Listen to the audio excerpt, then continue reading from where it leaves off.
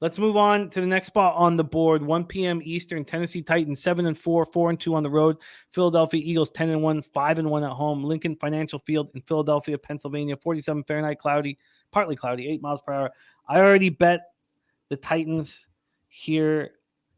The line last week and the sharps on the Bengals got me off of the Titans, and I won my pool the week of the pool by backing by backing Cincinnati, but I didn't have the balls to bet them. I want the Titans. I believe in the Titans, and I want them as often as possible. I got in at 5. It's now at 4 at Pinnacle. This opened at 5.5 at Pinnacle.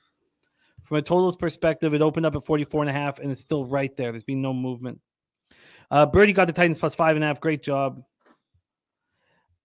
And from a cash flow perspective here, let's pull this up. We have 4,106 tickets in. They've given very slight line value to the Eagles, but all the money's coming in on Tennessee. 85% of the tickets, 96% of the cash.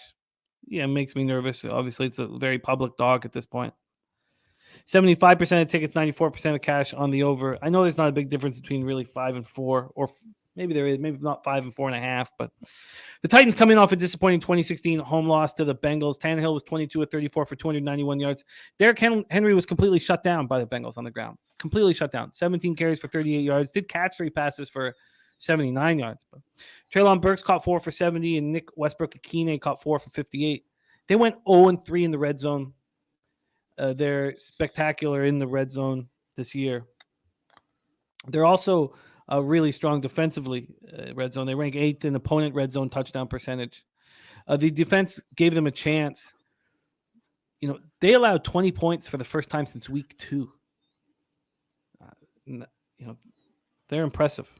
They held the Bengals to 5 of 14 on third. I guess they also allowed 20 points in that overtime. No, they won 2017. No, they lost 2017 against the Chiefs. They allowed 20 points. So I apologize. I guess that's not right. But in regulation, let's say that they allowed 20 points for the first time. Held the Bengals to 5 of 14 on third down. The Bengals finished with 374 total yards. Tennessee's got the best third down defense in the league. Opponents convert 30.6% of third down opportunities against them. And then the Bengals were 1-3 in the red zone. We talked about the red zone defense already. The Titans finished with a sack, 4 quarterback hits. They played their second straight game without Ben Jones. They need him.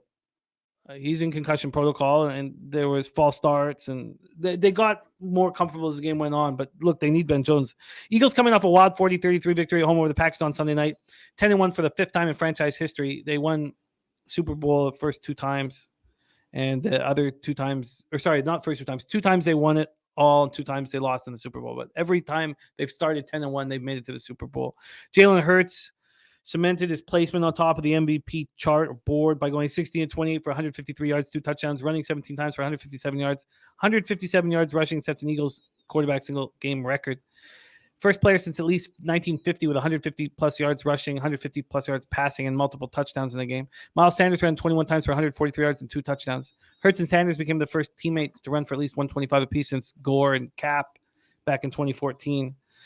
They ran 49 times for 363 yards. They were 13 yards away from the franchise record set in November 21st, 1948. I mean, it's impressive, but they're not going to do anything like that to the Titans. Devonta Smith caught 4 passes for 50 yards. A.J. Brown caught 4 for 46 and a touchdown, also lost a fumble.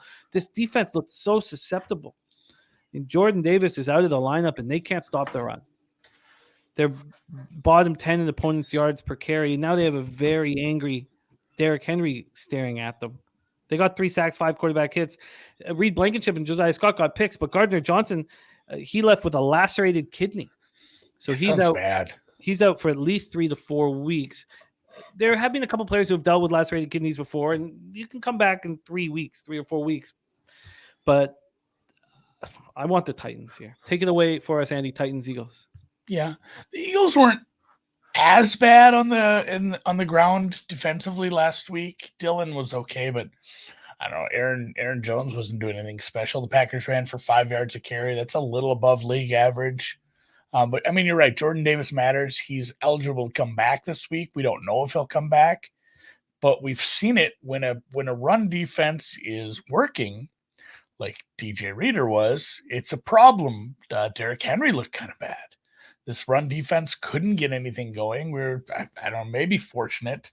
I was loving that at the end with the teaser leg when the when the penalty essentially ended the game. Yeah, let's just call it a day, guys. But it was a weird game script as well for the Green Bay, where they were down for most of the game, so they did have to throw more, and then they ended up going to the backup quarterback after the Rodgers injury. So it's tough to take a ton away, but in the end, they gave up 33 points to a 4-8 Packers team, a team that's only won one game on the road all year, hasn't been good traveling, had to start at Jordan Love for chunks of the second half. Like, defense is a little sketchy right now. So keep your eyes and see if Jordan Davis is ready to go. That's a big boost. I know they brought in some pieces to help bolster this run defense. Maybe that helps eventually. Sometimes you bring a guy in, it takes a couple weeks to get him fully integrated, especially when you're looking at the front seven. Honestly, any part of the football field, any positional group that isn't like the offensive line, it's usually rotational. Like, you're rotating, corner, slot, nickel cornerbacks, and you're rotating in pass rushers, you're rotating in coverage linebackers. So it might take a little bit for all these pieces that they added to really take effect for this run defense. But if it continues to be bad, this is a bad week to be facing a top 3 running back in the league. So I don't hate your look. I'm just I'm staying away from this one with maybe the Eagles. I don't know, the way I have the Eagles rated, I haven't been high on Tennessee for the most part. I think this number's pretty fair. I'm excited. I'm excited And about the watching AJ Brown revenge game. Yeah. Yeah. Honestly, he does seem kind of petty. Yeah, but this receiving core from the Titans has looked much better in the second. Yeah, Treylon Burks is a guy. Like, he is a guy that they had nothing. So going forward, they have some pieces. Katie Westbrook's been okay. Yeah. No, but you're right. AJ Brown might step up in this spot, but I'd like the Titans at 5. I still probably like them at 4. Slatsy says Titans giving up 84.5 yards rushing per game this year since week 2. That's the best in the NFL. Love the Titans with 5 here.